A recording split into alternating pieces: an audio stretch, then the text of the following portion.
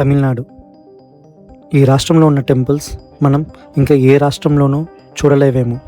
అందుకే దీనిని land of temples అంటారు అనుకుంటా. మన దేశంలోనే సెకండ్ రిచెస్ట్ స్టేట్ గా ఉంది మన తమిళనాడు. కానీ పాపులేషన్ ప్రకారం చూసుకున్న, ఏరియా ప్రకారం చూసుకున్న 10వ స్థానంలో ఉంది. మన దేశంలోని మహారాష్ట్ర తరువాత GSDPలో ఉన్న ఏకైక రాష్ట్రం మన తమిళనాడు. ప్రస్తుత 2024-25 లెక్కల ప్రకారం తమిళనాడు GSDP 31.55 లక్షల కోట్లు. తమిళనాడు ఇలా డెవలప్ అవ్వడానికి పొలిటికల్ పార్టీస్ చాలా కష్టపడతాయి. So parties plays major role in Tamil Nadu. ఇప్పుడు మనం ఆ పార్టీ గురించి మాట్లాడుకుందాం. అసలు ఇప్పుడు మనం పిలుస్తున్న తమిళనాడుని 1964 ముందు వరకు మద్రాస్ స్టేట్ గా పిలిచేవారు. అప్పట్లో సౌత్ లో ఉన్న first political party south Indian liberal federation. దీనిని డాక్టర్ సి నటేష ముదలైర్ గారు 1916లో స్థాపించారు. దీనిని జస్టిస్ పార్టీ అని కూడా పిలుస్తారు. అప్పుడు బ్రిటిష్ స్వయం పరిపాలన వలన 1920 నుండి 1937 వరకు జస్టిస్ పార్టీని రూల్ చేసింది.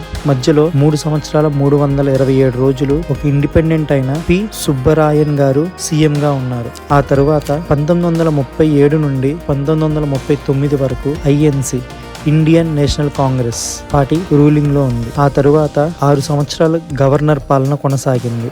ఈ టైంలో ఆ జస్టిస్ పార్టీని ఈవి రామస్వామి, ఆయన్ని పెరియారన్ గారు కూడా పిలుస్తారు. ఈయన 1944లో ఈ జస్టిస్ పార్టీని DK ద్రావిడర్ కజగం గా పేరు మార్చారు. ఇందులో కీలకమైన సభ్యుడు అన్నదొరై. ఈయన క్యాస్ట్ రిజర్వేషన్ గురించి పెరియార్ గారితో కొన్ని గొడవలు వచ్చి ఆ DK నుండి బయటకు వచ్చి DMK అనే పార్టీని 1949లో ప్రారంభించారు. అదే ఇప్పుడు మనం మాట్లాడుకుంటున్న ద్రావిడ మునేట్ర కజగం DMK. పార్టీ పెట్టిన 18 సంవత్సరాల తరువాత ఆ పార్టీ అధినేత అయిన CN అన్నదొరై గారు 1969లో సీఎం అయ్యారు. 1969 ఫిబ్రవరి 3న DMK పార్టీ అధినేత CN అన్నదొరై గారు మరణించారు. ఆయన అంతిమయాత్రకి సుమారు 15 లక్షల మంది వచ్చారు. ఇప్పటి వరకు అంతమంది హాజరైన అంతిమయాత్ర లేదు. ఇది గిన్నిస్ వరల్డ్ రికార్డ్స్ లో మొదటి స్థానంలో ఉంది. ఆ తరువాత M కరుణానిధి గారు సీఎం అయ్యారు. అప్పటికే DMKలో కీలక వ్యక్తిగా ఉన్న తమిళ హీరో MG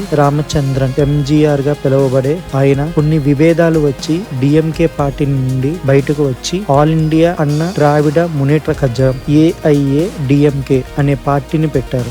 ఆ తరువాత MGR గారు 7 సంవత్సరాలు సీఎం గా చేశారు. ఆయన సీఎం గా ఉన్న టైంలోనే చనిపోయారు. తరువాత DMK పార్టీ నుండి కరుణానిధి గారు సీఎం అయ్యారు. నెక్స్ట్ టర్మ్ లో AIADMK పార్టీ నుండి MGR గారు తరువాత జయలలిత గారు సీఎం అయ్యారు. ఆ తర్వాత DMK నుండి కరుణానిధి గారు సీఎం అయ్యారు. మళ్ళీ నెక్స్ట్ టర్మ్ లో జయలలిత గారు AIADMK పార్టీ నుండి సీఎం అయ్యారు. ఇలా రిపీట్ అవుతానే ఉంది. వీళ్ళ మధ్య జరిగిన పోరు అప్పట్లో ఒక సెన్సేషన్. కరుణానిధి గారు 2018లో, జయలలిత గారు 2016లో మరణించారు. ఆ తరువాత AIADMK పార్టీ నుండి పన్నీర్ సెల్వన్ గారు, తరువాత పళనిస్వామి గారు సీఎం గా చేశారు. 2021లో జరిగిన ఎలక్షన్స్ లో తమిళనాడులో ఉన్న 230 అసెంబ్లీ సీట్లలో DMK పార్టీ 133 సీట్లు గెలిచి ప్రభుత్వం ఏర్పాటు చేసి కరుణానిధి కుమారుడైన MK స్టాలిన్ గారిని సీఎం అయ్యారు. ప్రస్తుతానికి తమిళనాడులో ఉన్న గట్టి పార్టీలు DMK, AIADMK. మీరు ఇప్పటి వరకు చూసి ఉంటే ఏ నేషనల్ పార్టీ పేరు కూడా ఈ తమిళనాడులో ఇప్పటివరకు వినిపించలేదు. ఇలా ఉన్న సీన్ లోకి 2024 ఫిబ్రవరి 2న తమిళ హీరో విజయ్ తలపతి గారు తన పార్టీ తమిళగ వేట్రి కజగం TVK ని స్థాపించారు. దీనికి తోడుగా పొలిటికల్ స్ట్రాటజిస్ట్ అయిన ప్రశాంత్ కిషోర్ గారు విజయ్ గారితో కలిశారు. ఇది ఇలా ఉంటే 2025 ఎలక్షన్స్ కోసం BJPతో కలిసి పోటీ చేస్తున్న AIADMK పార్టీకి తోడుగా మన డిప్యూటీ సీఎం అయిన పవన్ కళ్యాణ్ గారు జాయిన్ అయ్యారు. ఆయన ఈసారి ఎలక్షన్స్ కోసం తమిళనాడులో క్యాంపెయిన్ చేస్తా అని చెప్పకనే చెప్పారు. ఒకవైపు లీడింగ్ లో ఉన్న పార్టీ DMK, మరోవైపు BJP ఎలియన్స్ తో స్ట్రాంగ్ అయిన AIADMK, మరోవైపు పొలిటికల్ స్ట్రాటజిస్ట్ అయిన ప్రశాంత్ కిషోర్ గారితో కలిసి విజయ్ తలపతి గారు. ఆ ప్రశాంత్ కిషోర్ గారు ఏం చేయగలరో మనందరికీ తెలుసు. దీన్ని బట్టి చూస్తే ఈసారి తమిళనాడులో జరిగే ఎలక్షన్స్ చాలా ఇంట్రెస్టింగ్ గా ఉంటాయని తెలుస్తుంది. ఇక ఈ వీడియో ఇక్కడితో ఆపేద్దాం అనుకుంటున్నా. నా ఎక్స్ప్లెనేషన్ కనుక మీకు నచ్చినట్లయితే లైక్, సబ్స్క్రైబ్ అండ్ షేర్.